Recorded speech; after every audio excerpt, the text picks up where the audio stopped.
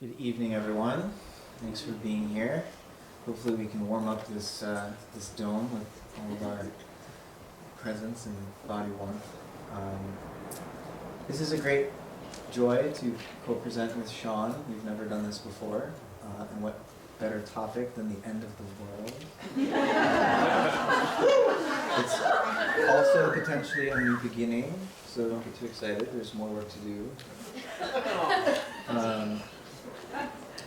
So the Anthropocene, New Age, and times. I'm going to go first here and talk a bit about the history of the Earth, some geology, some archaeology, and sort of situate us where we've come from as human beings, but also as an Earth process, as an evolutionary process going back to the origins of this planet.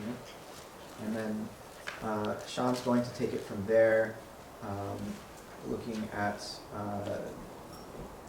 potential pathways, spiritual implications, and more. So, you ready? And then we're going to have plenty of time for discussion. I really look forward to that. So, one of the convenient parts of being a process philosopher is I never have to pretend like any of my thinking is finished. This is very much an open inquiry for me.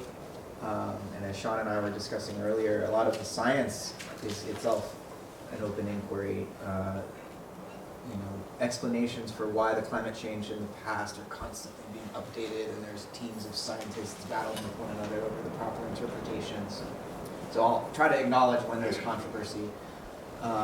This is, the best story that we have and that I could gather, with my ability to research the science. The thing about the Anthropocene also is, I think of Richard Feynman's quote about quantum physics. Anyone who says they know what quantum physics is doesn't know what quantum physics is. The Anthropocene is similar. Anyone who thinks they know what the Anthropocene is doesn't know what the Anthropocene is because it's too big. It just includes everything, and we're a part of it. And so, again, this is just opening up a field of inquiry for us to explore this together. The Anthropocene itself it's the name that the world's geologists have chosen, or they're debating exactly when it might start, but Anthropocene is their term. A lot of other scholars have criticized the name. It's been kind of dismissed as the Manocene, or others refer to the Capitalocene, the Plantationocene, the Plasticene. Donna Haraway refers to the Thulucene, referring to the chthonic earth forces that are erupting now all around us. Sean talks about the Anthropocene, which is a nice turn of phrase that I really like. So there's controversy about even what to call this age, this time that we are in. Donna Haraway is a feminist philosopher. She's a Whiteheadian thinker. She thinks a lot with Whitehead's ideas. And what she thinks is most important to acknowledge about the Anthropocene is that these modern notions of bounded individualism and human exceptionalism have become, she says, unavailable to think with. They are no longer thinkable. We can no longer think of ourselves as just separate individuals going about our own lives as though our actions don't affect a wider community of human beings, but indeed the whole Earth community. We're bound up in a process now, climate change, mass extinction, that forces us to consider how our actions affect the future in a way that's much larger than just who we are as separate individuals. So the modern story of the autonomous individual is being really challenged. We're being challenged to awaken to a new understanding of who and what we are. Similarly, another Whiteheadian thinker, Bruno Latour, sociologist of science and philosopher, he thinks of the Anthropocene as the time when the modern idea of nature as this unified system that science gives us access to, that is separate from politics, where we work out our differences, in different institutions. Modernity separated nature from society, and for Latour, the Anthropocene is the time when that separation can no longer be held. Everything's mixed up now. And he gives this example of a few years ago when Donald Trump took the United States out of the latest Paris climate accord. And Latour describes this as the first time that a modern nation state said, oh, your nature is not our nature. We live in a different nature. So rather than nature unifying us, so that we could all say, yes, science gives us access to this unified system, now we're in an age when science and nature itself has been politicized. We can't even agree about what the facts are. So now, the United States, under our current president, we have our own private understanding of nature. And Latour says we need what he calls new geo-stories, because where modern people had for so long considered nature to be just passive, the passive objects and the sort of props in human beings are the main players on the stage of history. Now nature itself is erupting, taking center stage and saying, you've ignored me too long, and now I'm in charge. Now you have to deal with the consequences of your comforts, which is a beautiful phrase that an environmental philosopher, John Hausdorff, came up with. We're being forced to deal with the consequences of our comforts.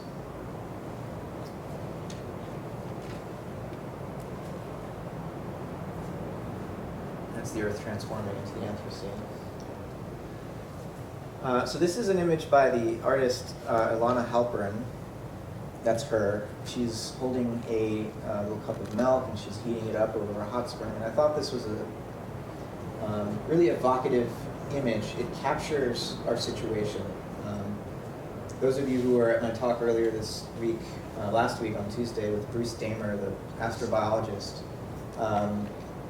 he has this hot spring hypothesis of the origin of life. That in the wet, dry cycling of these shallow freshwater pools, chemistry was made, a certain form of chemistry was made possible that life, self-organizing and reproducing cells could emerge out of, right? So we have this hot spring, it's the origin of life, potentially. And she's boiling milk, which comes from cows, a domesticated animal, something that human beings did starting around 10,000 years ago. Taking, human agency was able to, corral these wild animals such that they became, in a way, symbionts. We became symbionts of them, and they depend on us too. So she's boiling this milk, and it's also, milk is sort of a symbol of nurturance. It's, the earth is nurturing us, right? But it's also potentially deadly if we don't respect boundaries. If she falls into that, she's going to burn herself. So this image just sort of captures our situation. To begin there. And as we move through here, we're going to take a tour of the history of the Earth. And I want this to not just be a kind of merely scientific picture of a bunch of events and facts. I want us to consider this to be sort of ritual remembrance of our ancestors, human ancestors, other organisms who are our ancestors, but the Earth itself in its process of development, moving through what geologists have described in terms of this billion-year time scale, moving through these various phases of its development. These are phases in our own biography, in a way. It's a form of autocosmology, as Brian Swerman would describe it, right? So these aren't just facts. It might seem a bit overwhelming and abstract with all the dates and numbers and stuff, but I hope we can really feel these events as part of our own story. This is where we came from as Earthlings. Right? So, the Earth itself, it's a 4.5 billion year energy event. We are an expression of that energy event. So when are we? Well, there's this geological time scale. This is somewhat up to date. Apparently, geologists in the last 20 years have made about 40 changes to this, based on new evidence that they find and in the fossil record. So this is more or less the current picture. Life emerges between 4.1 and 3.8 billion years ago, right? As we come out of the Hadean into the Archean period. First, very simple cells are emerging. Right about there. Multicellular organisms start appearing in the Proterozoic. After oxygen is released initially as a kind of pollutant that life had no way of adapting to. Some people say there was a mass extinction then because all this oxygen was being released by anaerobic bacteria. I've read more recently that process took 500 million years or so, and there's enough time for other organisms to adapt to all this oxygen, so that there wasn't necessarily mass extinction. But the oxygen, initially a pollutant, became a source of more energy for more complex organisms. So multicellular life emerges at this time, about 2.5 billion years ago. And then there's the Cambrian explosion, more complex animal phyla emerges.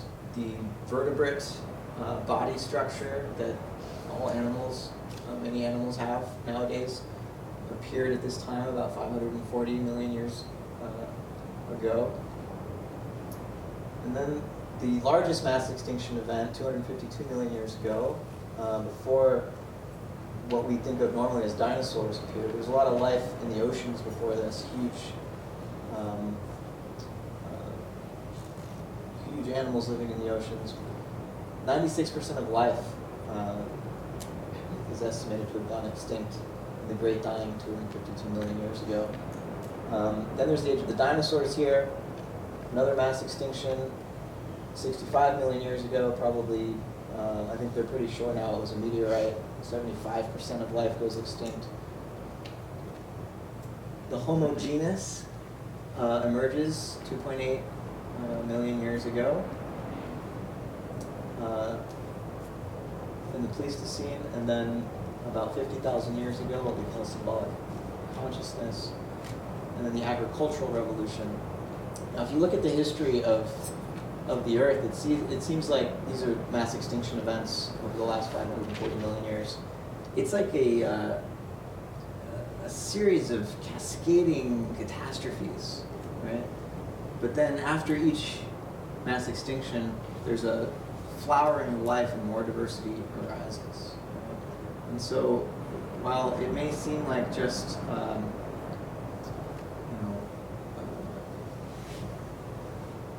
a process that geologists and many biologists would want to describe as blind, and that the history of the Earth is just sort of just peppered with whether it's meteorites impacting us or super volcanoes erupting or huge methane bubbles being released from the seafloor that wreak havoc. Life persists. Life finds a way to adapt, and it has for billions of years. So where is it all heading? When we look at the past, it's hard to get a sense for what the purpose of it all is. But as I move through this talk, I want to gesture towards what the purpose of this evolutionary process might be, given all the catastrophes that continue to befall life on this planet. So this is the evolution of primates going back about 7 million years. The Homo genus emerges about 2.8 million years ago, as I mentioned. Homo erectus is one of the more successful members of our genus. It lasted about 1.5 million years, going extinct about 500,000 years ago. Homo sapiens, we've only been around about 300,000 years. So while we think we're the smartest, we've managed to really mess the planet up pretty fast. We're the wise ones, right? Sapiens as meaning wise. we'll see. Maybe that's an ideal we haven't fully realized yet. About 50 million years ago, there were multiple waves of the homogeneous Homo sapiens, our specific species, migrating out of Africa. And the second wave is thought to have occurred about 50,000 years ago. And as humans spread into Europe and into Asia, the population of large land mammals fell by about 50%.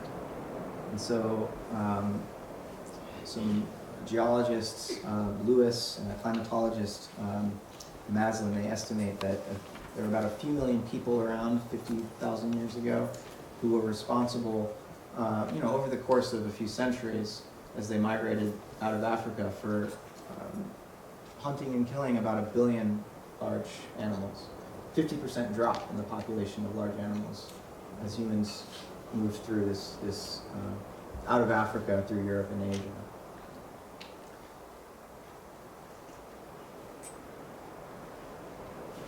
This is showing the emergence of agriculture around the world over the course of a few thousand years. These are thought to be independent emergences of farming. So initially, the Fertile Crescent along the banks of the Tigris and Euphrates and the river delta is where agriculture is thought to have initially emerged, but as the climate shifted out of the last ice age, human beings seem to have started farming all over the planet independently. The research I was reading suggested between 14 and 21 independent sites around the world emerged between 10 and 4,000 years ago. Now, we call this a revolution, but it was a very slow revolution. It was like 150 generations between when farming initially starts and when it becomes the dominant mode of existence on this planet. Hunter-gatherers, nomadic peoples coexisted with agricultural societies for thousands of years. There's some speculation that the same societies, depending on the seasons, depending on where they were migrating and what food was available, would themselves, the same people, shift back and forth between a sedentary agricultural lifestyle and a more nomadic hunting and gathering lifestyle. So this wasn't like a revolution, that took place over the course of a single lifetime or anything. The people going through this transition didn't think of it as a revolution. Very slow going. And so the big question that a lot of anthropologists and archaeologists have is, why did people decide to take up farming and live in a sedentary way when the diet was less nutritious, there was more disease, there was less equality, and it was way more work to farm. So what's the motivation here? I think this is a deep question that we can't just solve scientifically. I think there were transformations in consciousness going on in our symbol systems, the way we made sense of our existence in the universe. It's also probably related to the fact that a lot of the megafauna that we were hunting had been driven into extinction, so there wasn't much food to hunt anymore. And there's also a lot of anthropologists talk about the farming trap. Even though in these agricultural societies the mortality rate was higher, people weren't living as long, but the birth rate was going up, right? So more babies are being born. You don't have to carry them around as you lead this nomadic lifestyle. And so, the demographic shift was such that more, population grew even though people were not living as long because their diets weren't as good as when you have a much larger diversity of food if you're a hunter or a gatherer, living in a hunter-gatherer society.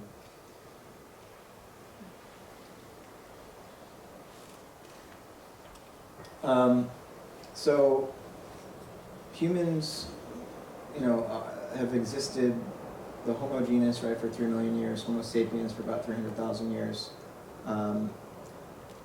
Farming begins to emerge, and our species really begins to step into its own as the climate of the planet shifted.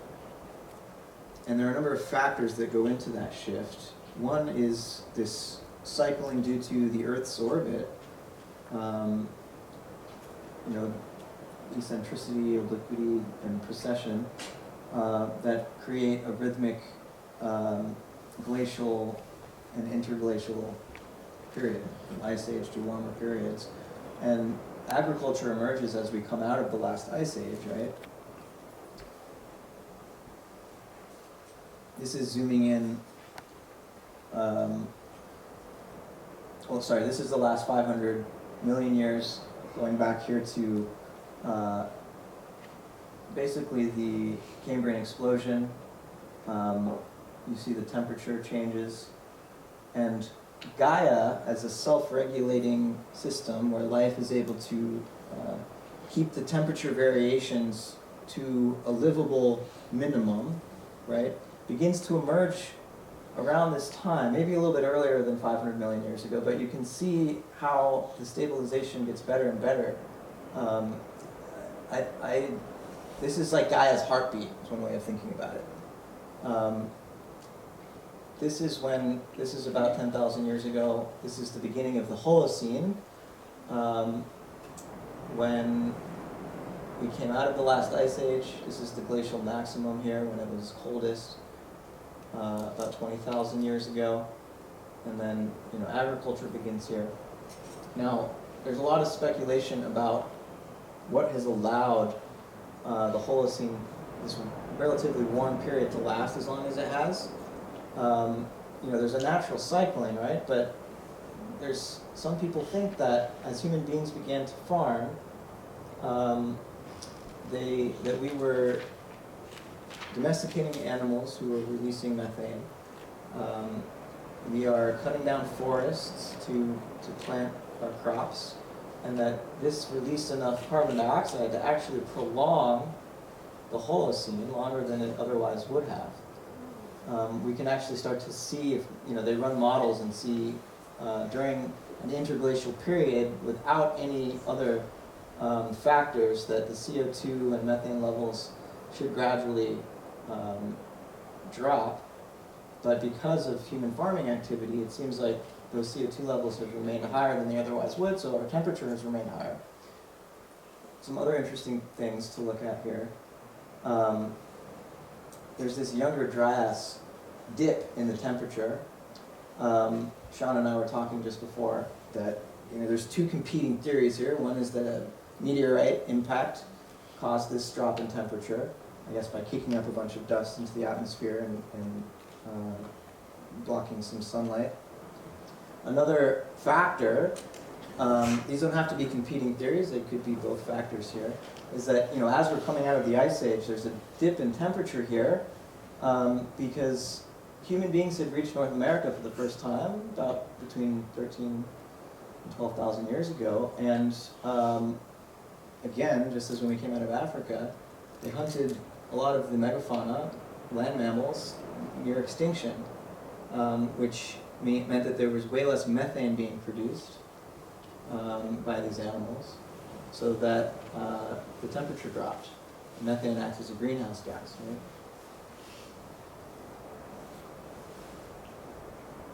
But inevitably, even though there was that temperature drop, because of the Earth's irregular orbit, we were going to come out of that ice age anyways, but that was a slight delay. Another interesting thing here, in 1492, right, Columbus makes contact with the Americas, as they were called by Europeans. He comes back a year later in 1593 with something like 30 ships full of pigs, and it's thought that these pigs, they're under these ships for a month or two or more, coming across the Atlantic. They're carrying swine flu, they get released, and the native population was just decimated by the flu. They didn't have any of the immunities. They hadn't been living in such close quarters to these domesticated animals as Europeans had.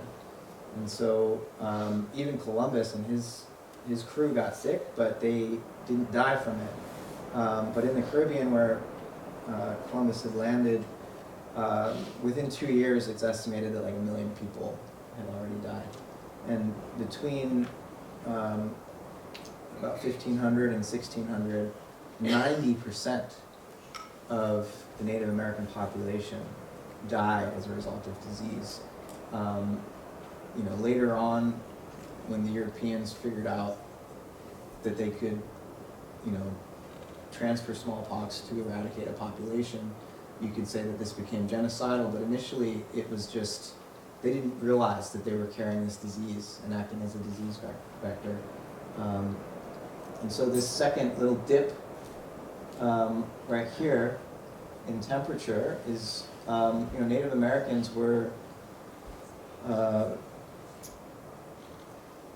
cultivating the landscape in such a way that it wasn't as forested as it otherwise would. The forests weren't as dense as they otherwise would have been. When 90% of the population died in the course of a century, the forests grew back.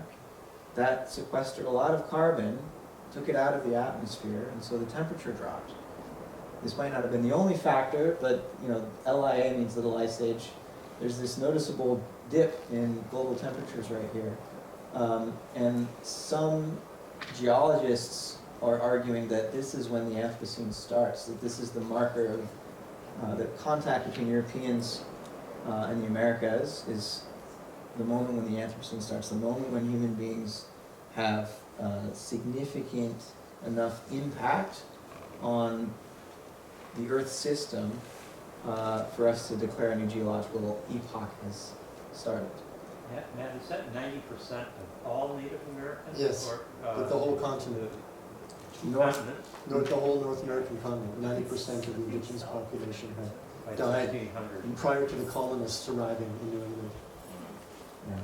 So South America, so 2 continents really. South I'm America. not sure about South America. It's both continents. But really, they had more. They were especially penetrating in those years into the Central and South America. It's both continents, I think.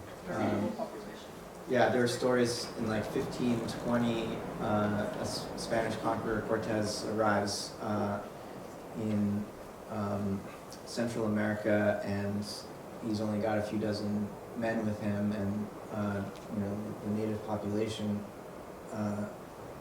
was holding them off, but then in the course of a few months, they all got the flu and died.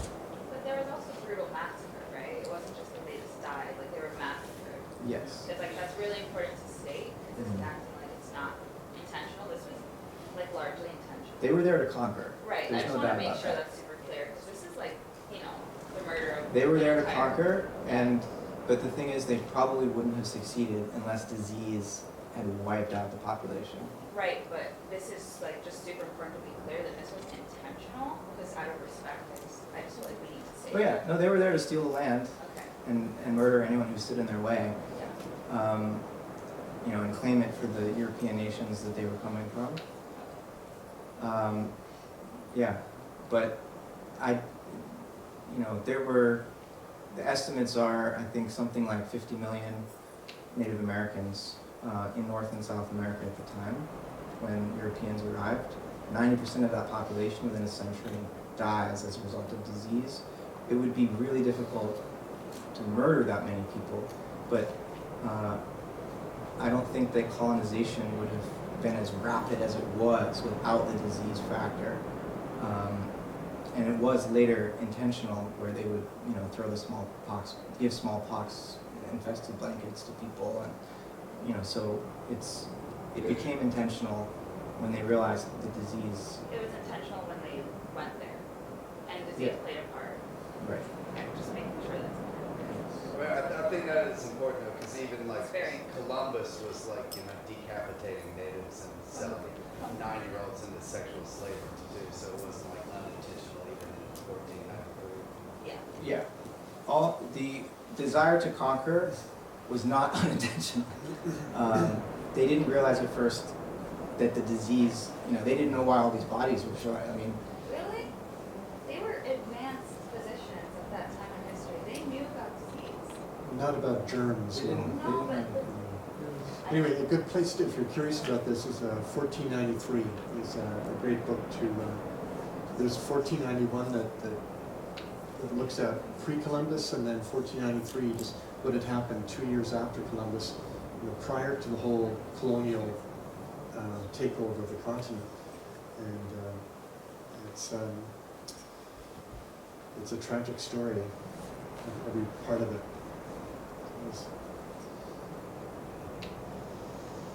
Yeah, I mean, I want to emphasize the point that you're making, Jasmine, and that you're making, Drew. This, I'll come back to this. I'm not downplaying the reasons that the Europeans were here. To find gold, to initially find trade routes, but they wanted to steal and pillage Slaves. and enslave people. And have access to the land that we're sitting on right now. Yes. Privileged space where these people can't tell us what happened because they're not here. Yes. This is another timeline that these little red circles are candidates for when the Anthropocene could have started. We were just talking about the European conquest. Some people have argued when we gained the ability to control fire, that was already starting to dramatically change landscapes. We were burning forests. It was changing the climate. Megafaunal extinctions, as I was describing, starting about 50,000 years ago, both on the European and Asian continents, but also in North America. The spread of farming, large-scale mining starting in the medieval period, the Industrial Revolution. The Industrial Revolution is a revolution that does take place nearly, in some places, like in Britain, within the span of a single lifetime. It's not like the Agricultural Revolution, which unfolded over thousands of years.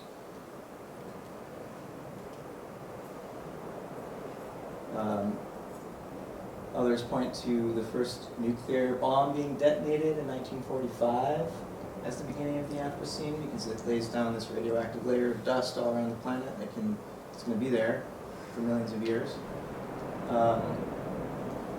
Thought it was interesting that 70,000 nuclear warheads, which was the peak of production in 1986, was the year I was born.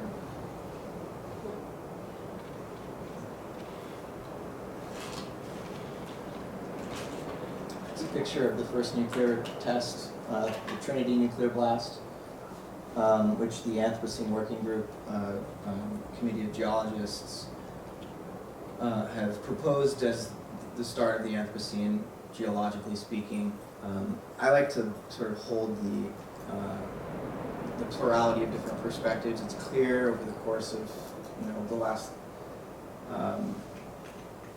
10,000 years at least that human beings have been having a major impact on the planet, and it's been ramping up. So we can start it in 45, but clearly there were precursors, right? So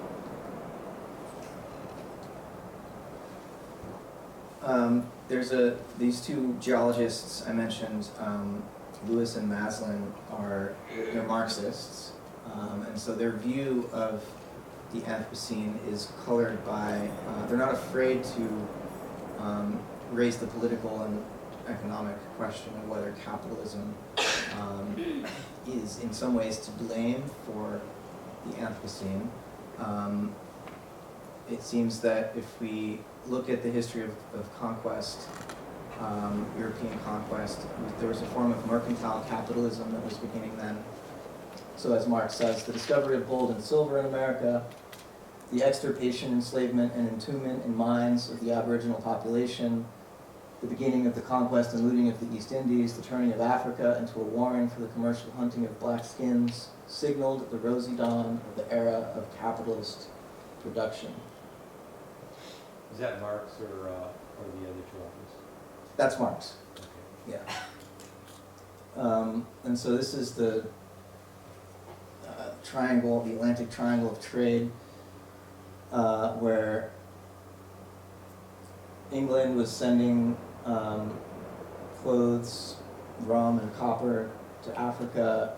Slaves were being sent to the Americas. Cotton, sugar, and tobacco, the raw materials that England was using to produce clothes and rum.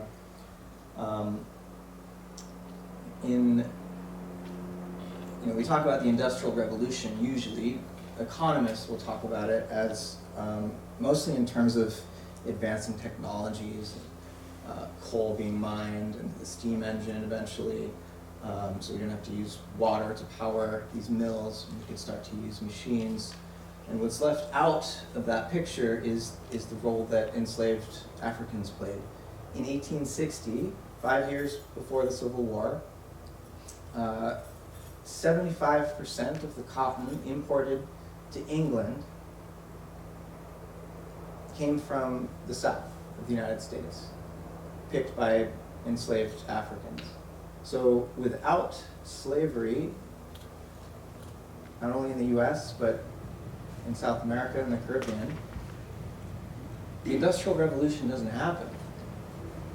Right? All that wealth, was built on the backs of enslaved people. And so it's not just a story of advancing technology, right?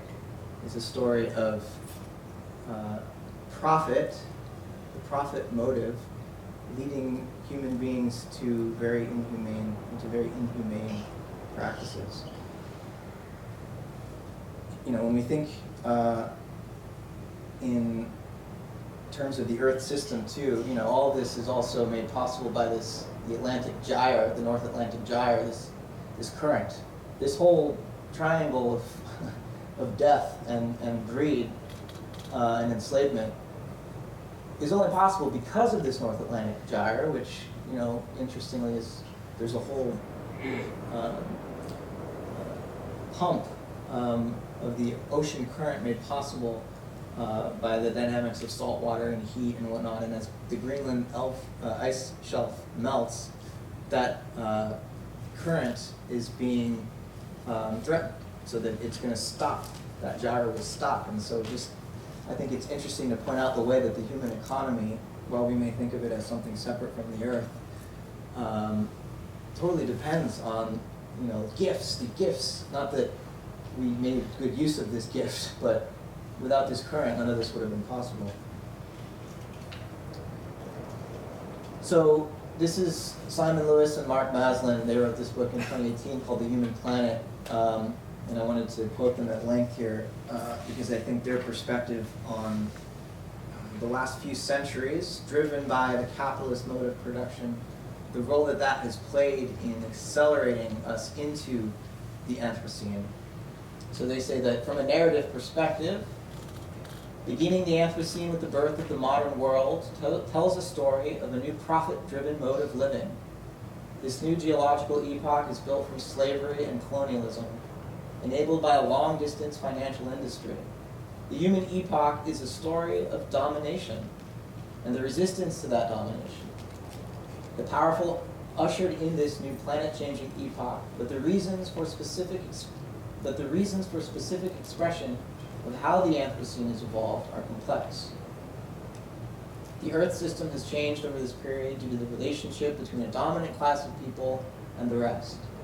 It is the outcome of the dynamics of the actions of the powerful and the desires of billions of people. Those with the power to direct others created the Anthropocene, but its unfolding is the result of the forces of human history, including the impacts of opposing the power that elites wield. This description of the Anthropocene tells of people having the agency to change the world, but our abilities to do so being far from equal. So Lewis is a geologist, Maslin is a climatologist. They think that 1610 is the best candidate for the beginning of the Anthropocene, geologically speaking. That's when it's called the Orbis spike. It's when there was a drop in CO2 levels because North America reforested because so many Native Americans had died. That they think is, the best indicator of human beings becoming a geological force, basically. This is just a depiction of the shipping routes. This is taken from Lewis and Maslin's book, Shipping Routes in the 18th and 19th century. They show an outline of Earth's landmass, bringing forth a new Pangaea. Pangaea was a continent 200 million years ago, I think. 300 till 200. 300 till 200. And that, human beings, as we move into this planetary phase, have in a way brought the continents back together. Plants and animals are being taken from their habitats, brought to the other side of the world. From an ecologist's point of view, the modern period and the planetary era is as significant as the Cambrian explosion because of the way that species are being brought out of the habitat they evolved within to other continents. So this planetary era and the bringing of animals across continents, will have an impact for millions of years on the future course of evolution. So, just to wrap up here, these are a few thoughts. So geology and archaeology, all that we've been looking at, it's a study of the material facts of the past. And these sciences reinforce what Whitehead called the modern bifurcation of nature, where we separate passive matter from active mind. We separate nature from human beings. Right? Understanding the Anthropocene, though, means seeing through this division. So the terrestrial world and human society, they do not exist in two separate domains. They're irretrievably entangled, and they share a single ecological fate.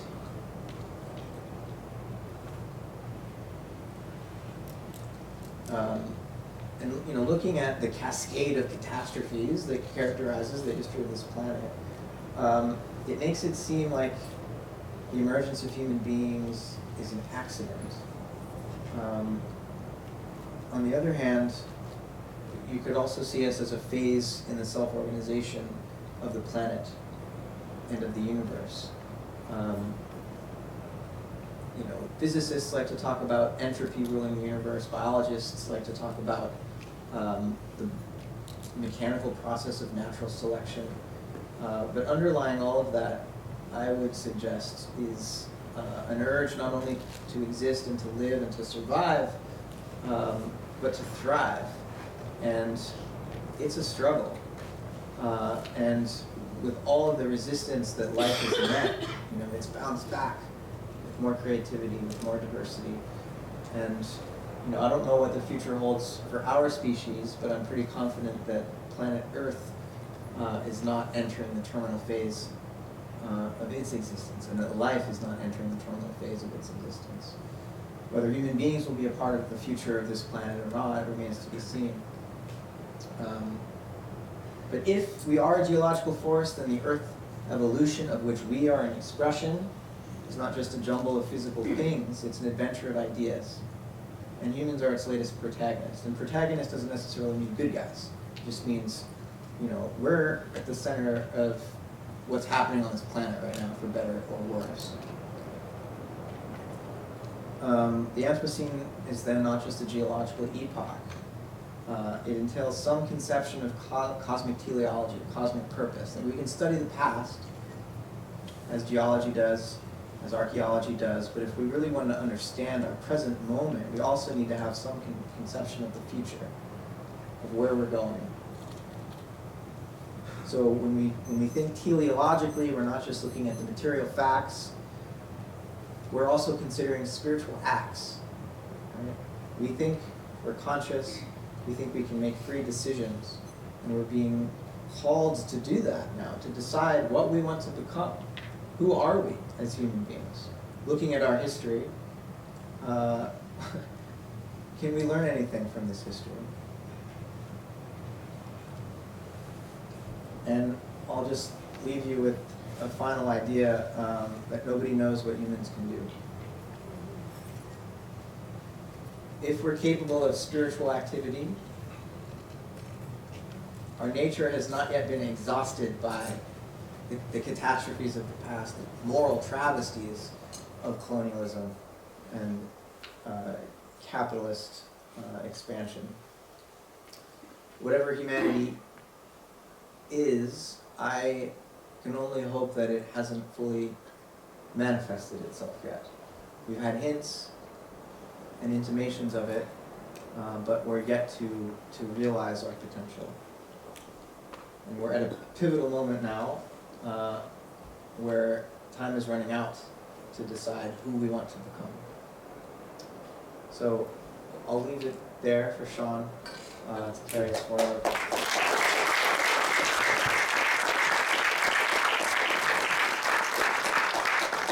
But does somebody have any questions for Matt right away before we go on to reading, or do you want to do that, or do you want to? Oh, sorry.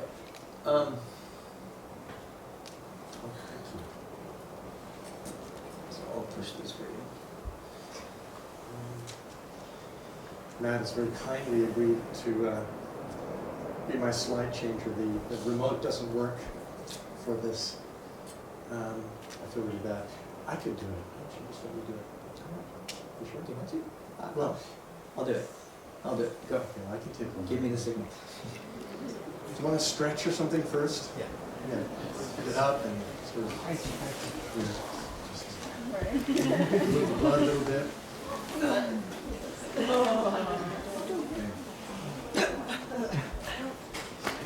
So some of you will have seen some of these slides. I know it doesn't work. And some of you will doubtless see some of them again.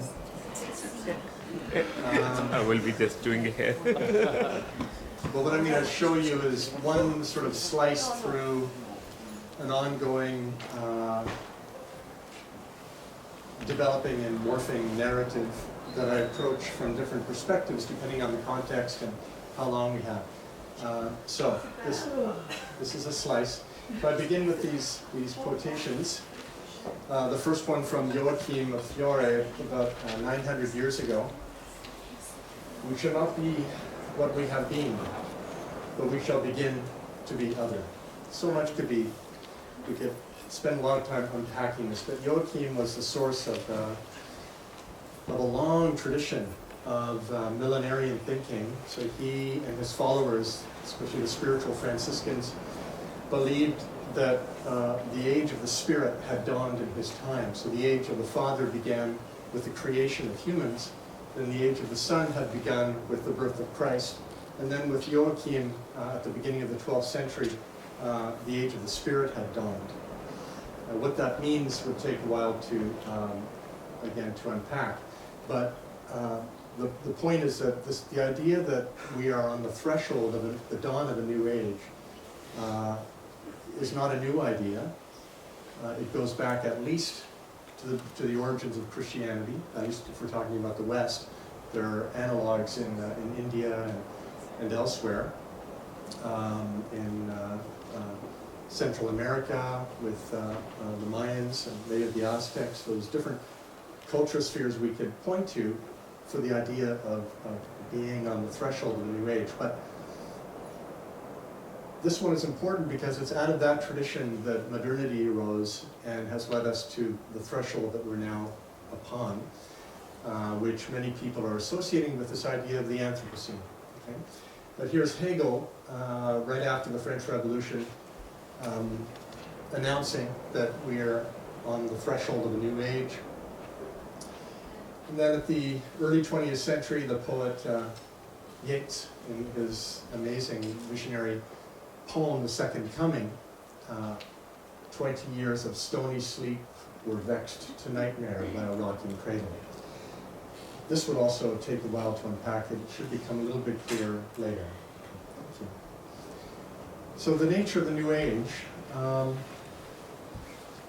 course you've all heard, no, I can't do that, that's all right. Will it work? Can we expand it a little bit, or, don't worry, that's big enough. Okay, good. So, Matt mentioned one of the factors in the natural variation of climate over long periods of time, one of them being the very slow wobble of the Earth's axis. So right now, Polaris is the North Star, but it wasn't Polaris 13,000 years ago. It was actually Vega, okay, over there. So that was the North Star 13,000 years ago. It takes roughly 26,000 years for the Earth's axis to do one wobble. And because of that wobble, where the sun, the background stars, the constellations from the zodiac, which are behind the rising sun, right before it rises. So where the sun seems to be rising on the first day of spring, that point slowly shifts backwards through the zodiac because of this wobble. And it takes roughly 26,000 years for it to go through the whole zodiac. That's the so-called precession of the equinox. So right now, we're on the threshold between Pisces and Aquarius, so the dawning of the Age of Aquarius, which you've all heard of. It's impossible to date it exactly, but it seems like many people consider the orb of that transition to be somewhere between 1950 and 2050. If you want to give it a wide orb, is the shift between Pisces to Aquarius.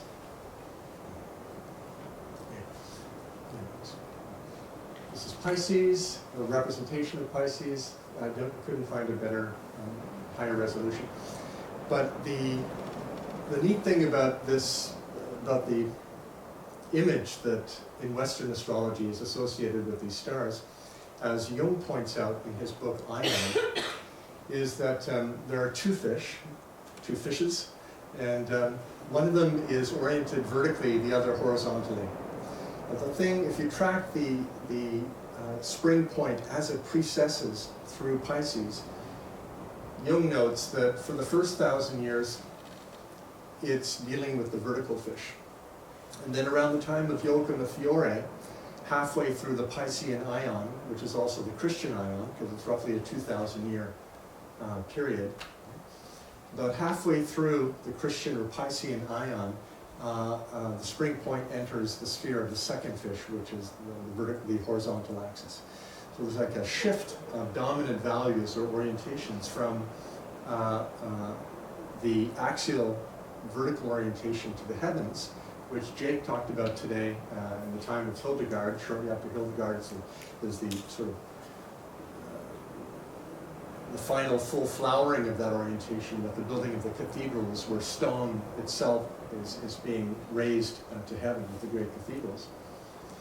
But then that shifts fairly quickly, and we get the early Renaissance, the Renaissance as we know it. Let's go next. Oh yeah, this in terms of dating. I made this slide, actually Laura made this slide for me, as I believe. Where's Laura? There he is. Ages ago, 2014. But you know, we're 2019. It's pretty much the same. It's only 4 years. In this sense, so this is one full cycle of precession. So 26,000 years represents, and we're roughly at the top here, which is the age of the Anthropocene. Depending on where we want to date it. Even if we date at the earliest dates, it's, you know, it doesn't go, well, it could go, I guess, all the way to the opposite point, beginning the Holocene, if you want to bring it there. Now, the interesting thing, one of the interesting things, if you go, can we go back to the first precession? Yeah. 13,000 years ago, the spring point was precessing out of Virgo into Leo. Just as now it's precessing out of Pisces into Aquarius. Now that corresponds, when that was happening, was when the Ice Age, last Ice Age ended and the Holocene began. It's just interesting that Leo is ruled by the sun and it's associated with midsummer in terms of you know, the seasonal zodiac. This is where things start to warm up. Right? Now, we'd have to go through, all the way through Leo, through Cancer, Gemini, Taurus, Aries, until we get to the beginning of the Christian Ion, entering Pisces. 2,000 years later, that's where we are. You want the laser? Oh, thank you. Which one is the laser? Top button? Top button, okay. Next one. All right, so we're here, beginning of the Holocene. An article just came out like about 3 days ago about the younger dryas impact hypothesis, which is actually gaining a lot of traction. That more and more evidence that at about this time, a comet struck Earth, probably in several pieces, and that this initially, the shock released all sorts of water that was held up in dams from the very beginning of the Holocene, and could have been associated with some of the floods that gave rise to a lot of the flood stories. But then the dust that was lifted from the impact created a kind of mini nuclear winter, and that was responsible for the different temperature of the younger dryas that Matt was talking about. All right, so here we are again in our time.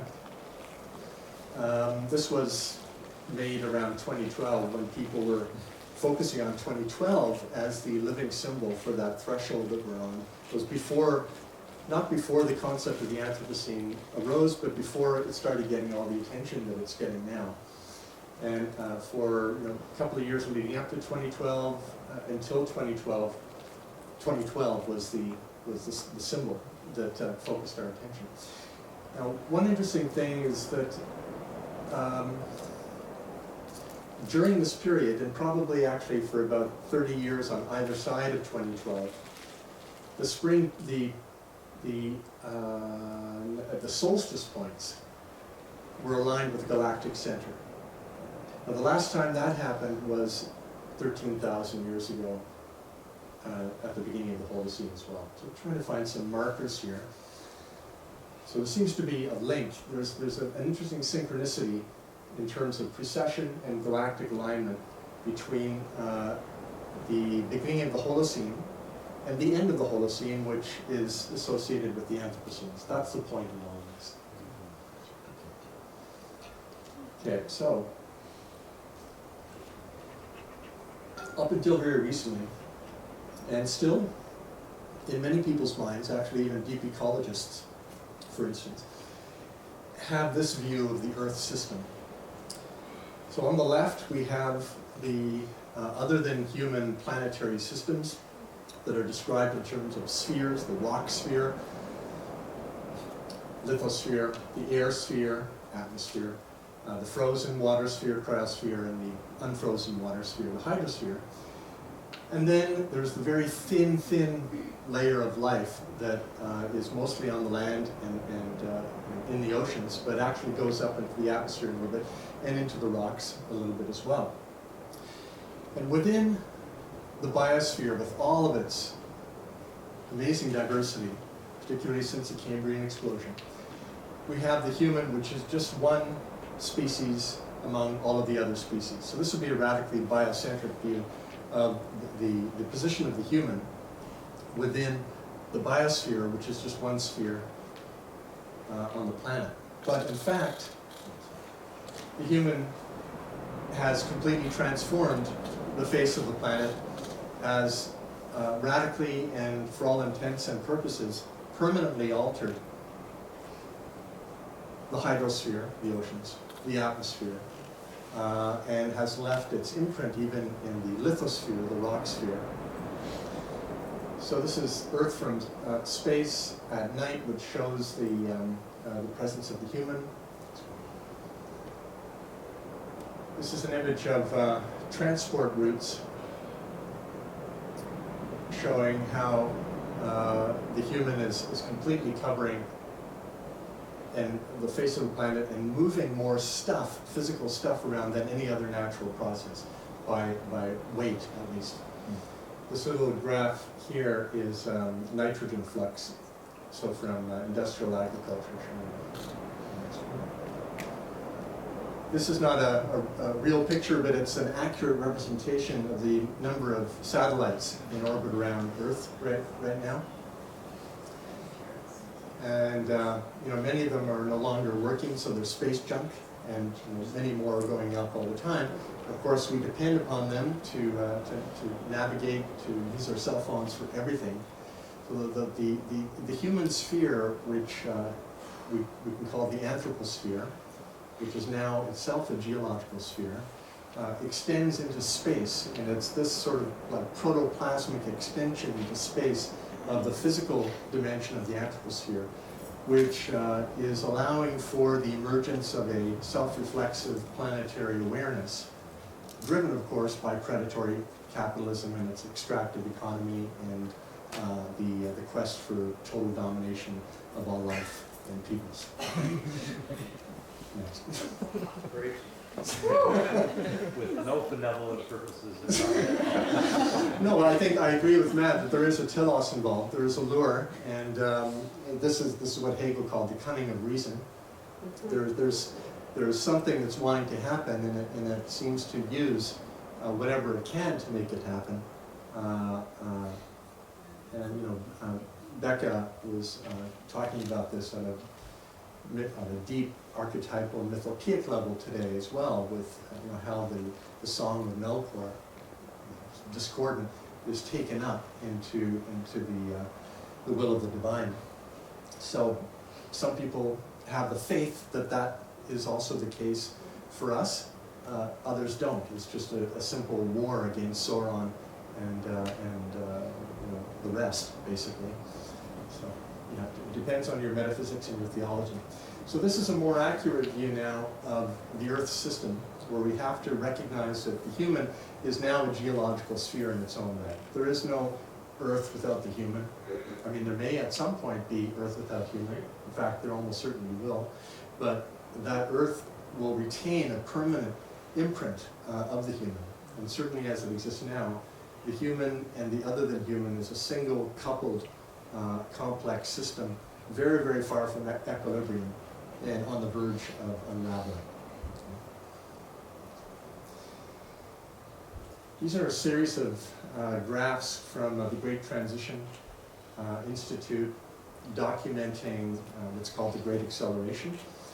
And what you will see is that all of these indicators, which are here, are human trends, but still physical trends. So human trends as seen from the outside that we can measure quantitatively in terms of socioeconomic trends. These are physical trends of the other than human, so the planetary organs other than the Anthroposphere. And what you see is that they're all engaged in an exponential acceleration. So whether it is world population, carbon dioxide, methane, surface temperature, ocean acidification, water use, numbers of emails you get every day. Sorry, I have to throw in some levity here. Realize it's gonna, That's the worst one. It's true. Now, what you will notice is that the flexion point that signals the movement toward exponential acceleration in all of these graphs, if you combine them, is centered around 1945. This is what I think the geologists have picked correctly in signaling 1945 at the first atomic detonation as the fold point not only of the Great Acceleration, but as the beginning of the Anthropocene. Even granting, as Matt believes, and I agree, that there are precursors and conditions which are at work much, much earlier. But if you were an alien, looking at Earth with sophisticated enough instrumentation from space, you would really only notice significant systemic change starting around 1945. Okay. These are, as we single out a few specific graphs. So species are always going extinct. As long as there's been life, species have gone extinct. But there's a so-called background. When a mass extinction isn't happening, there's a so-called background rate of extinction. So here we see stretching back 160,000 years, but you could actually stretch this back 65 million years. I don't know how far that would go. So this is, you'd probably go past the arc bar. that the rate would be stable, okay?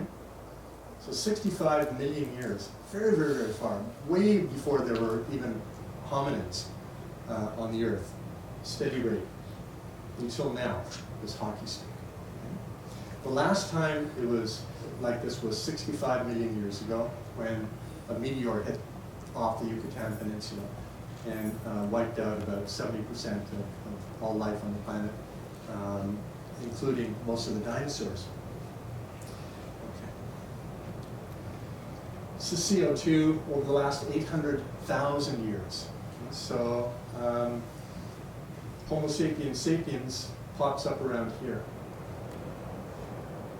And what you see is by this point, this is the natural variation. This is the heartbeat that Matt was talking about. The natural variation of CO2 parts per million until now,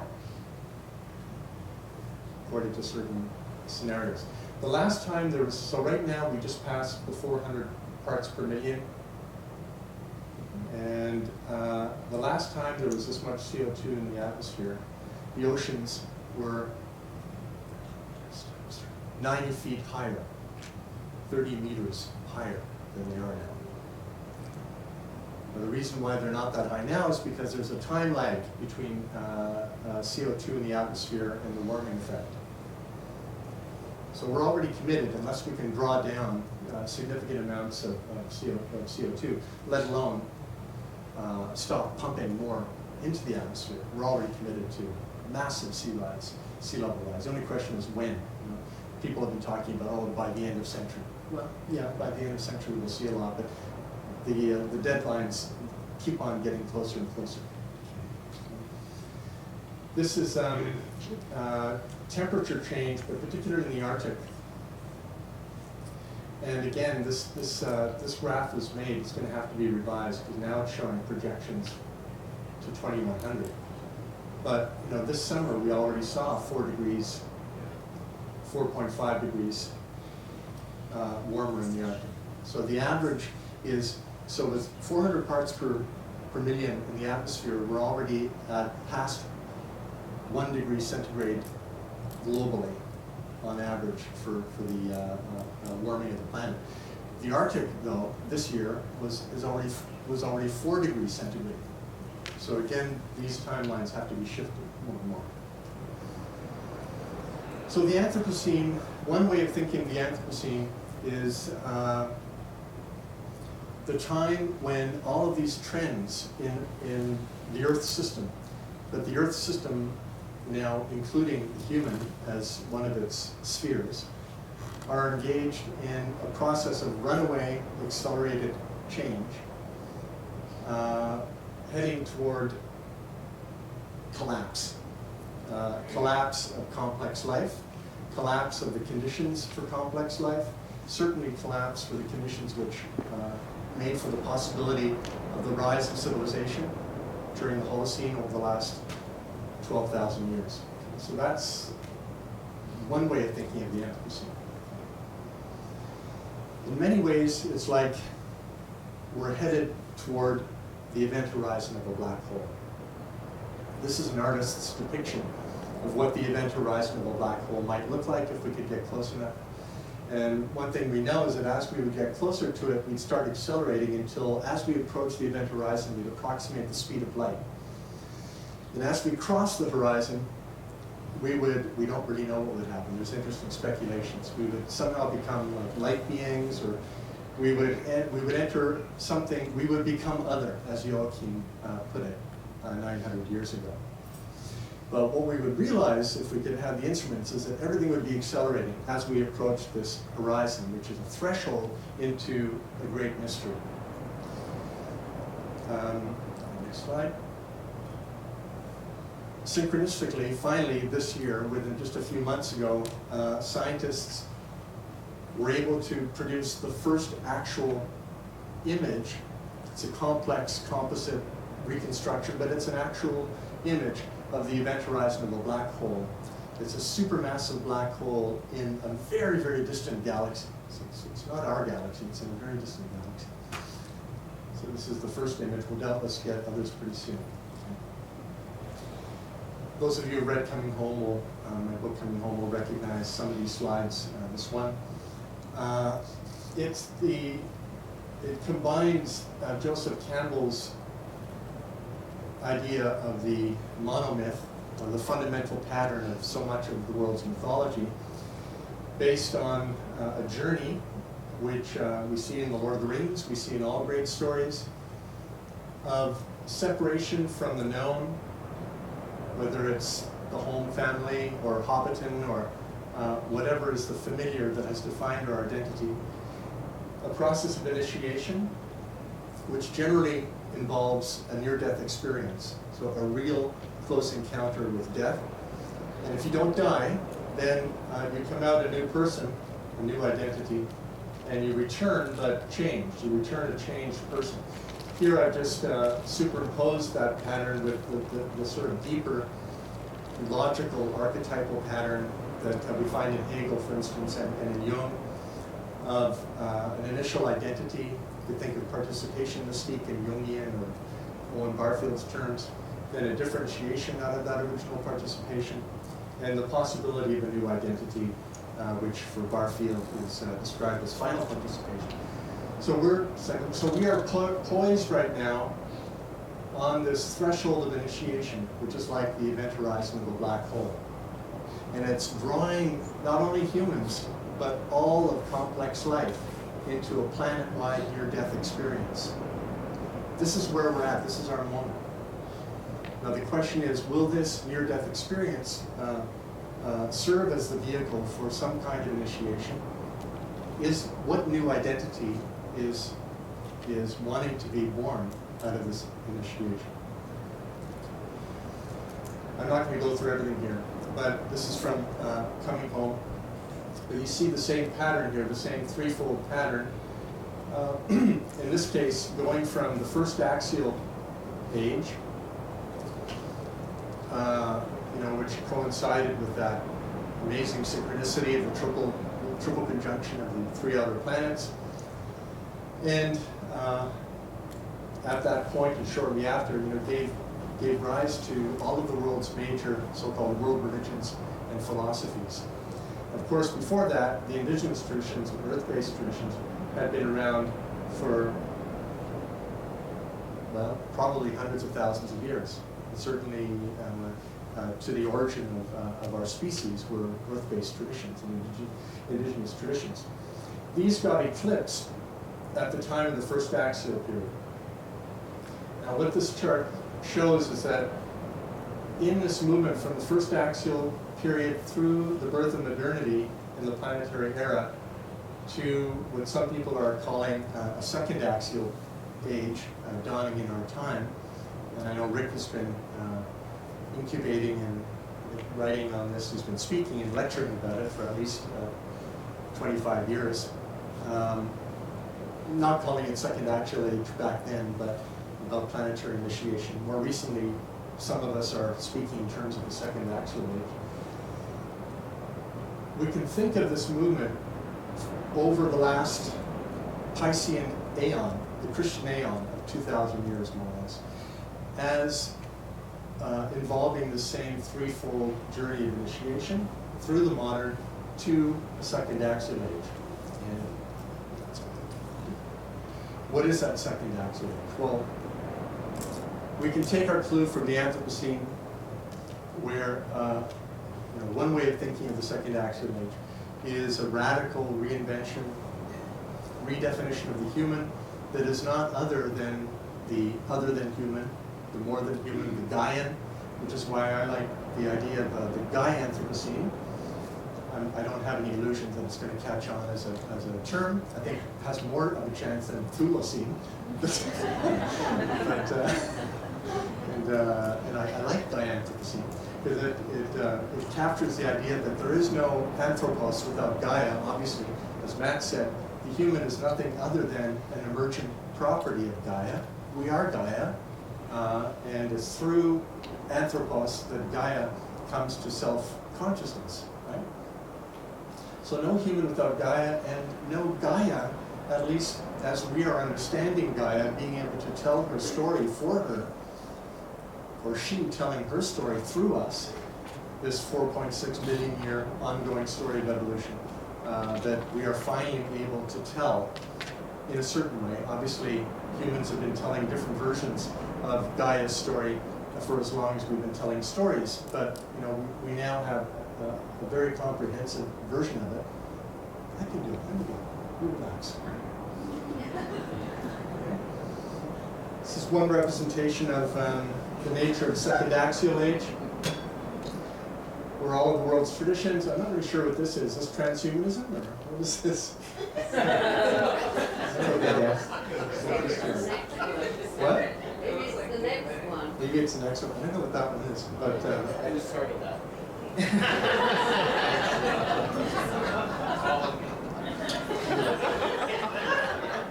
Samtheism. well, I like it because it includes all of the major world religions. It doesn't have philosophy there, but I think it's genetic. I think it's genetic. oh, that's true. So it could be like a transhumanist type of religion based on. But the point of how many people are thinking of the second axial age is that, see, the first axial age, as we saw, which was still in the period of right before the precession into Pisces, but already anticipating the vertical fish in the first half of that 2,000-year ion.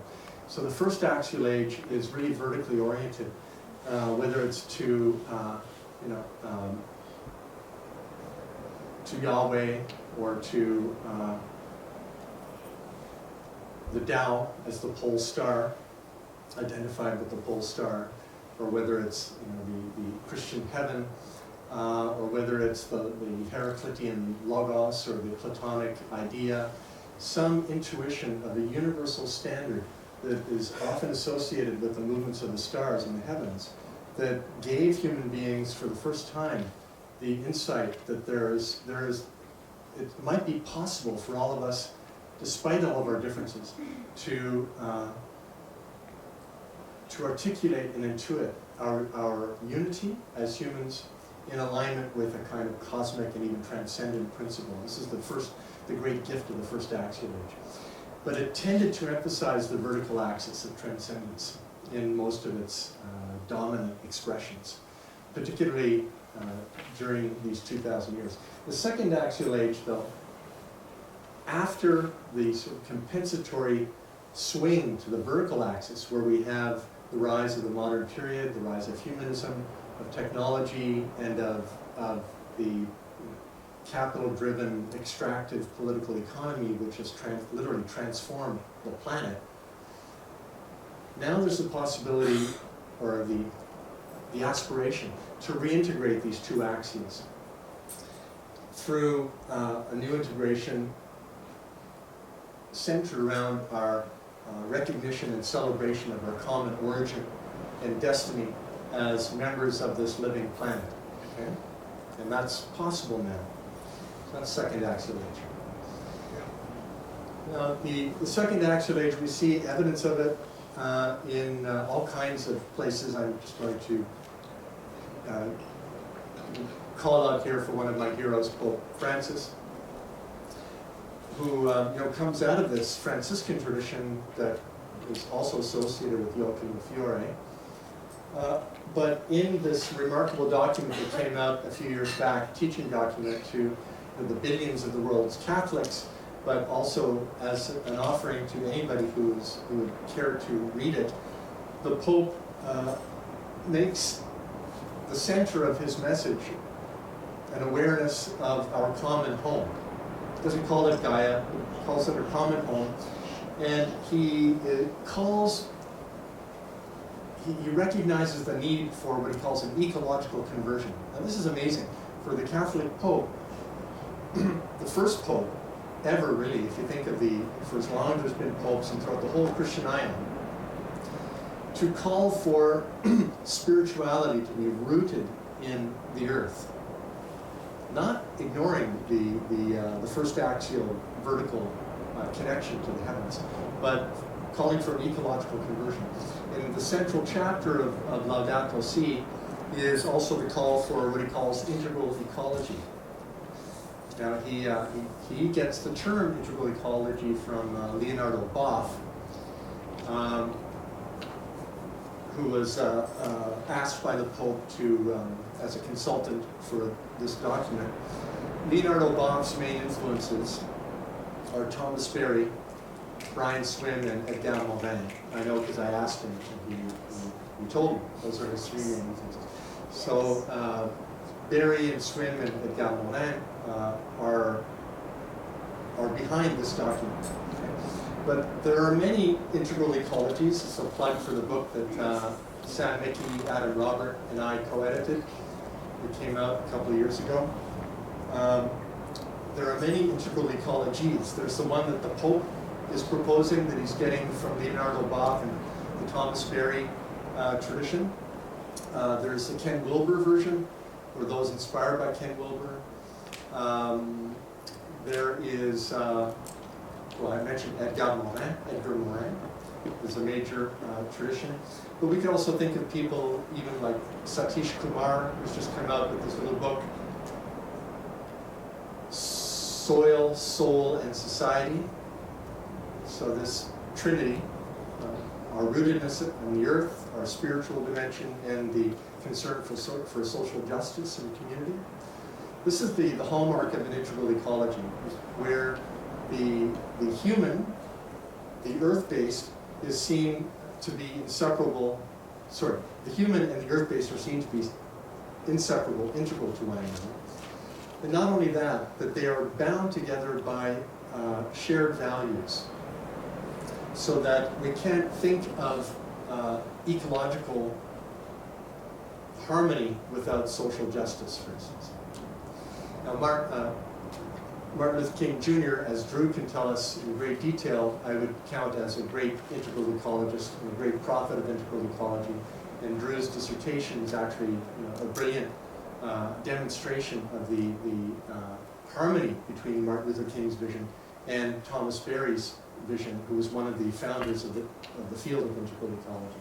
So this is the hallmark of an integral ecology, but there are many versions of it, happily, that are coming out at this point. I wonder if I have time for this. Maybe not. This is you know, some of you I know what this is. Yeah, okay. I think the point of the next few slides is that the Anthropocene is also coinciding with an unparalleled explosion or expansion and deepening of our knowledge of the cosmos and of our place in it, both in terms of space and the structure of space, the large-scale structure of space, and of time.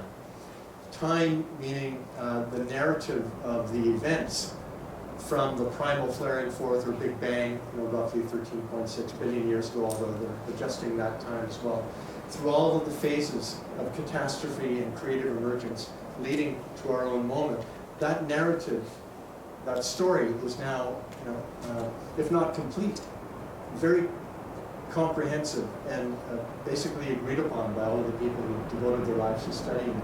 So we have this temporal evolutionary narrative that is emerging in our time as we are getting a sense of our situatedness in an almost unimaginably vast cosmos.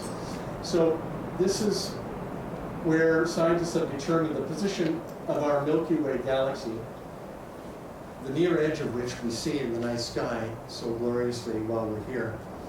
But if we could see the whole of our galaxy, it would be just a little pixel here. And all of this light is composed of clusters of galaxies. So this is our local, in a sense, region. And so Laniakea might be like a tiny little few pixels here. This is the larger scale structure of the physical universe, which looks remarkably like a neural tissue, axonal connections and so on. So we're getting this sense that our cosmos and the unimaginably vast numbers of clusters of galaxies are embedded within what looks remarkably like the living tissue of some kind of brain. Right? These are all real images from the Hubble telescope, and as we get out here, this is that same neural net structure. Now the thing is, here we are. This is a real picture of Earth, real picture of Sun, and so on. But the relative sizes, obviously, and distances are not accurate. But the distance from the Sun and Earth as we go out here is accurate but logarithmic. So as you leave the center, the distance are actually going up exponentially almost. So you have to think of it that way. This here, this boundary represents the cosmic microwave background radiation, which is the furthest and oldest signal left over from the Big Bang that is still reaching us and which we are constantly being bathed by. And even now, as Brian loves to demonstrate, if you cup your hands, I can't remember how many photons per second we're still receiving from that initial event of the Big Bang. So this is as far as we can see, no matter which direction we look at. And it's a similar boundary to this event horizon that we are approaching in our very local place of the cosmos right now in our moment in time. But this is a boundary, actually, it's a spatial boundary because we can observe it everywhere. But as you go back in time, actually, if we could go there, the whole of space-time would actually be compressed into a singularity, whatever that is. It's quite mysterious. So this is the mystery that we're being graced by. I don't know why you can see that thing there. This is exoplanets. Why do you see that finder thing there? Okay. So just within the last 20 years, we're getting the first, and now again, exponentially increasing empirical evidence of the existence of other planets. People always suspected there were other planets, but we had no observational evidence. We could see stars, but we couldn't see other planets apart from the ones that we share our own sun with. In the last few years, we've identified now, I don't know, like 20 years ago there was maybe 5, and now there's, do you know how many, Chad? It's like, there's like 3,000. I remember I was in college in like '92 when they discovered the first one. Yeah. And now there's like 3,000. Yeah, 3,000. They just added like 1,600, like Yeah. a year or two ago. It's every star. We've not found a star that doesn't. It's not every star, it's roughly every other star. Really? Yeah, so, when we look up at the night sky now, we're only seeing our local stars, basically, in our little neck of the Milky Way. We can't see 90% of the stars of even our own galaxy. And that's just one of billions of galaxies. But the estimate is that every other star in our galaxy has at least one planet, certainly. The question is, how many of them have Earth-like planets? Apparently a lot. But even so, okay, so these are the different kinds of exoplanets. So now the search is on for Earth 2.0. So we're looking for the Earth planets, which is fascinating, to think that the universe might be chock full of Earth-like planets at various stages of their own evolution of life. Some of them may be just like us. Some of them have just collapsed. Some of them are in a very early phase of their evolution. You don't really know. My hunch is that there are countless other planets just like us. But my, not only hunch, but my reasoned near certainty is that we'll never be able to get there. Because the closest star, Alpha Proxima, the very closest star to us, which has another planet, even with the most advanced technology that we can think of, will take us thousands of years just to get there. Anyway. And so Elon Musk, right? The other Earth 2.0 is to terraform Mars.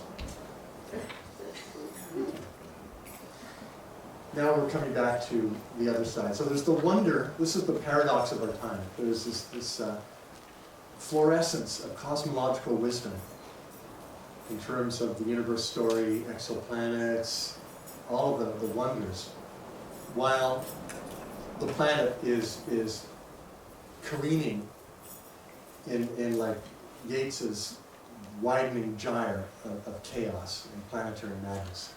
They're happening at the same time. Just to focus on climate change for a second. Now there are there's species loss, there's land use, there's of course the human injustices that are going on, that have always going on in our planet. Just focusing on climate change for a second. We're already at 1 degree globally. The Arctic is at 4 degrees in the summer, which is really critical. Mostly because the Arctic is basically the air conditioner of the planet, and once the ice is all gone, there's no more air conditioning. And at 1 degree, we're already seeing glaciers disappearing. And see, when this was made, I don't know when this was made, but everything is going to have to be shifted pretty much this way. Particularly this last one, or these two, extreme weather events. See, we're having extreme weather events now. Whether it's cyclones, hurricanes, heat waves, you name it. They're already really happening and accelerating at 1 degree, which when this chart was made, they weren't even anticipating it starting until around 2 degrees. So that's what we're seeing at 1 degree. We are seeing the death of the coral reefs, we're seeing the disappearing of the glaciers. We're actually already seeing failing crop yields. So this orange should be moved up to here. I mean, 3 years in a row in Europe, I've seen 20% decrease in crop yields. It's accelerating really, really quickly. I don't want to scare you, but I do want to honor the facts. Okay? So this is where we are. Now, business as usual is pointing us in the direction of somewhere between 3 and 5 degrees centigrade warming. They used to say by 2100, but I know many people, and some of them are very highly trained scientists, who believe this could happen within 10 or 20 years. Many people don't. If you read the IPCC, they said 2100, now they're moving it, keeps every IPCC report, they move it closer and closer to us. But there are other people, if you read the Arctic News, the Arctic News group, there's several groups, if you're interested, I could point you in the direction of people who are saying that it's a lot worse than what we're getting in the main news. Quick time check, we have 10 minutes. 10 minutes? Yeah. Love to have some. Oh, this is Jung's deathbed vision, which I can skip maybe. Basically, his last vision on his deathbed in 1961 or 62? 61. 61. A line going up and down, and the last 50 years of humanity. That was Jung's last vision. And widespread destruction of the planet. But he says, thank God, not all of it. Okay? Some consolation. All right, let's skip. I'm going to skip it. This is, I skip, if you want to read. This is a quote from Chris Hedges. How many of you heard of Chris Hedges? I know, okay. Well, this is a quote from a very recent article. He was participating in covering the Extinction Rebellion actions in London just last week or a couple of weeks ago. He's saying, basically the longer we're in denial, the worse it will get. Face the fact, we're headed for collapse. Regular forms of protest have accomplished nothing. But, all we have left is nonviolent, disruptive civil disobedience, a rebellion. And if we fail, we will at least obliterate our despair, find solace in a community of resistors, and restore our emotional health and our dignity by fighting back against those who are engineering the ecocide. Chris Hedges is a very Saturnian guy. Okay? But he calls it like he sees it. And the next one. Greta, I don't know how to pronounce your last name properly. I say Thunberg, but it's not. So, apparently not. Okay. Your Swedish should be like Tunnel. Yeah. I don't want your hope. I don't want you to be hopeful. I want you to panic and act as if the house is on fire. Well, unfortunately, many people from this area, they're experiencing that, literally. The youth climate strike that Greta inspired, but has caught on all around the world. One of the largest mass protests in modern times is being led by young people. And understandably, because they have the most at stake. This is from one of them. Stop denying, the earth is dying. Next. Extinction Rebellion. This is their symbol. How many of you have heard of Extinction Rebellion? Good. Okay. Just a few months ago, many people had not. I mean, I've been trying to push them from the very first appearance, like about a year ago. And so time's running out. But also a certain relationship to time is ending. We can say the modernist Enlightenment ideal of infinite progress, of time rushing forward, and the dominant capitalist economy, which is maximization of profit every quarter, and that's the time scale that we're on. Chronos, that kind of capital fixated chronos, is dying, and a new sense of time that Gebser calls the achronon. Kairos, a kairotic relationship to time is being born. And Extinction Rebellion, I think, is one of the, I'm not going to say hopeful, because I don't have hope, but I have faith. Extinction Rebellion to me is a faithful expression of this new relationship. Rebel for Life, massive protests. They succeeded a few months ago in getting England to be the first country to declare a climate emergency. And this country, of course, hasn't done it, obviously. Extinction Rebellion has two other demands. Do you know what those are?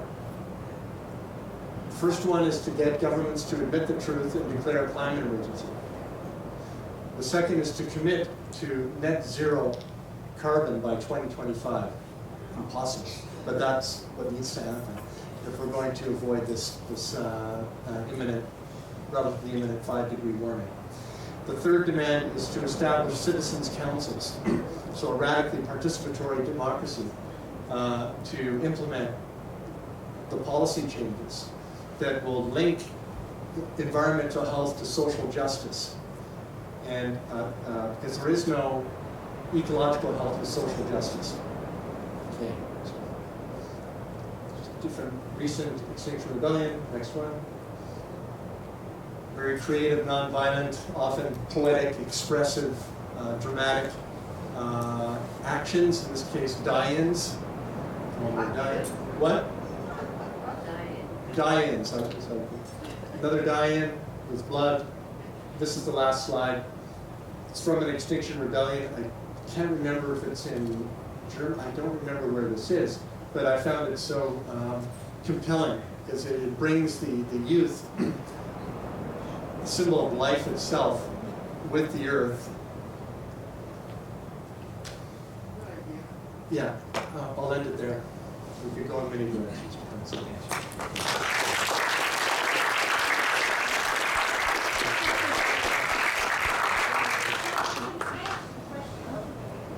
Yes, do we have time? It's only one. It's something that I noticed in your graphs up here, and I would like to know how many people feel that time is also speeding up. Oh, yeah. I was born in 1945, and I've watched it speed up. And I don't know if it's just because I'm older or if everybody's feeling it, but I think it has to do with what you're talking about. Yeah, that's my. I don't need it. Thanks. Anybody want it? A beer. That. Yeah. Thank you both for that. So definitely capitalism, a lot of production occurring, a lot of consumption occurring. So I just want to paint a bit of a picture and just get both your takes on it, right? think of contemporary society as a complex system, right? You have worldviews encapsulated in nations and groups of nations. Those nations have a certain geopolitical rivalry, which has to be supported by military spending, which requires a certain GDP, which requires a certain amount of productivity as well as innovation, new technologies. So when you look at, let's say, communist organized countries, and I understand that I think most communist experiments were not pure expressions, there still is a lot of extraction required to support this kind of productivity. Also, luxuries are required for humans to not go insane. So things like the fashion industry, perhaps, or things that are, not totally required to live, but are still part of a vibrant modern society. So I guess my question to you is, do you see, imagine if there was another way to allocate supply and demand, which is not purely capitalist, would we still run into this problem of extraction and pollution if we're not able to transform the quote-unquote metabolism of our processes, and maybe I'm leaning on like a technology solution, maybe I'm leaning towards that, but if we still need fossil fuels to produce, does it matter that we're allocating supply and demand in a different way? So that's just my question. Marx wrote about this notion of metabolic rift.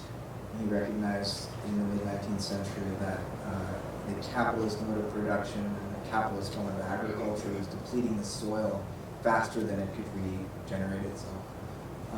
Obviously, over the last 150 years, that mode of production has depleted many of the Earth's non-renewable resources, or even some that are renewable that can't renew fast enough to keep up with the need for profit and the consumption of an ever-growing middle class. And as more people are lifted out of poverty, capitalism is going to provide them with more goods and services that accelerates this process of extraction.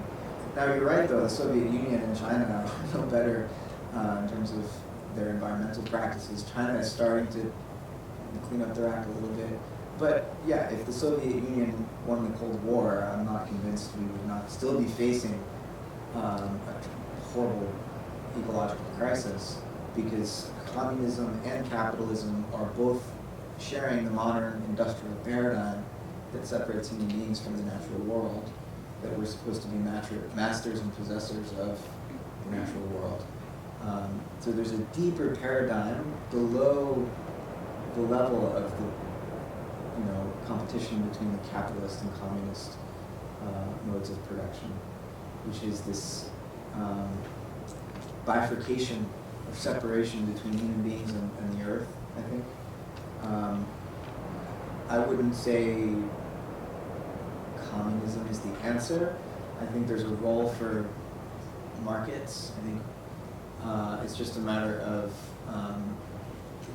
getting beyond the sense that, first of all, some human beings are more deserving of wealth and property and healthcare and education and on than other human beings, and that the idea of human exceptionalism, that somehow, to feed an ever-growing need for human consumption in the next quarter is more important than 7 generations from now, making sure that there's still living on the planet. We need a much deeper conception of time and responsibility, a much broader conception of responsibility to every human being, to every species, to the earth as a whole, to generations, multiple generations into the future, that we just don't have in the modern period. And it's true of capitalists and communists. So it's not like communism somehow had these ecological problems figured out. Though, as I mentioned, Marx was aware of what he called a metabolic rift, that the growth of the capitalist economy was far outpacing the Earth's capacity to support on a long-term basis. Thank you. I couldn't have said it better. But may I add a little thing?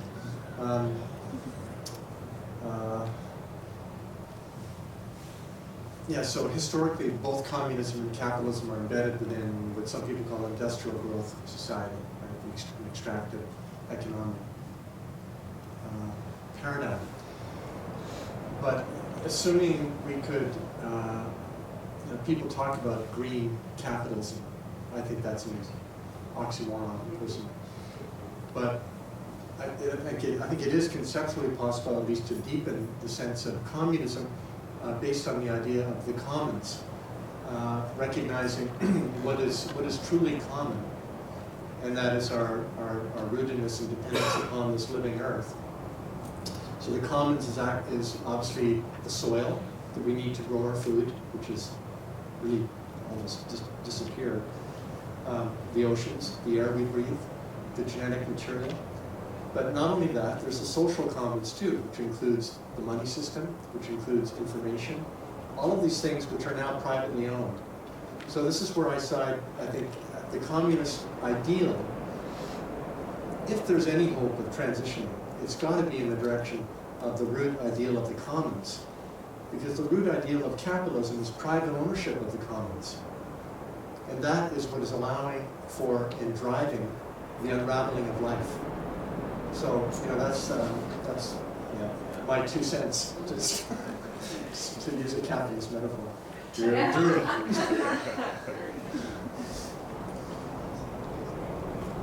Thank you all so much. I feel like I learned a ton, and I think the Anthropocene is a really interesting and important conversation to be having, and I just wanted to put in a little plug in terms of like a point of pride or a point of information for this program. That is, was partially inspired by the vision of Thomas Berry, and of course Brian Swim holding that lineage so strongly. And I just, as y'all were talking, I was reminded, because I studied with Thomas Berry for 20 years, so as y'all were talking, I was reminded of so many things that Thomas Berry said in the 70s and the 80s and the 90s. These guys coined the term Anthropocene, and it's taken off, and it's a powerful and important term in 2012, but Barry was saying we've terminated the Cenozoic period, and we need to emerge into an Ecozoic period.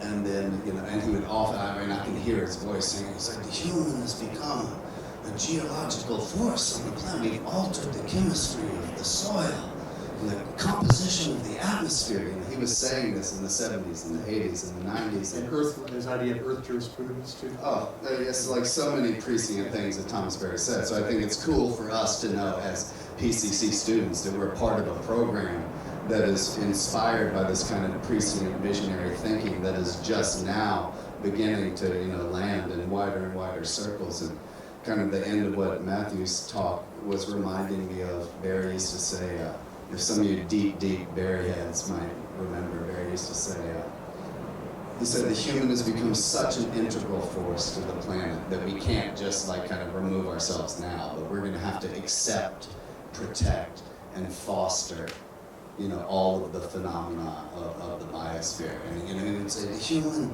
may not be able to create a blade of grass, but there's liable not to be a blade of grass unless it is accepted, protected, and fostered by the human, as we move into the Ecozoic era. So I just think it's cool to acknowledge, as people are, really jumping on the bandwagon of this Anthropocene conversation, that Thomas Berry, who is an ancestor and a lineage holder of this program, was saying a lot of this stuff in the 70s and the 80s and the 90s.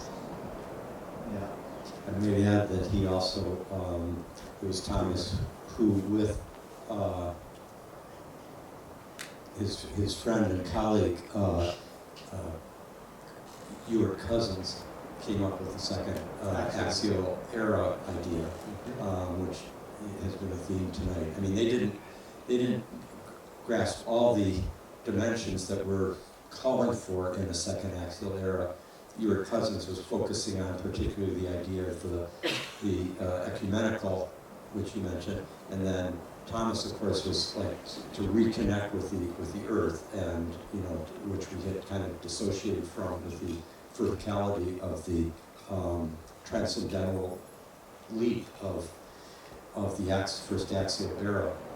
The one thing that I would just add to the axial discussion, the axial, it wasn't the axial era that so much that eclipsed the indigenous earth-based religions. There was that huge, it was all those civilizations between the indigenous tribal societies and the axial eras, namely the archaic civilizations, Egypt, Mesopotamia, China and India, in Aztec, Mayan, Inca. All of them had created these powerful, very hierarchical, socially hierarchical, militarized forced labor, but where the access to the divine was through the pharaoh, the king at the top of who was essentially a divine being. And the first axial era was in many ways a reaction to that, more than it was to the indigenous religions, and it was democratizing spiritual access to the divine to any person who could become a mystic or a sage or a philosopher or a prophet. You didn't have to be a king or a pharaoh to do that. In fact, that could get in the way. And so the second axial era that we're foreseeing is in some sense a further evolution of that great revolution, namely that we need to now, that was a democratization to many forms of human beings, but we need to democratize spiritual dignity and authority to all beings. That's what the second axial era in some sense has to really universalize and move past that hierarchy that still that the archaic civilizations had, and that the axial put into the beyond through God and the other higher spiritual entities. That's great, Rick. Thank you. Yeah, thank you.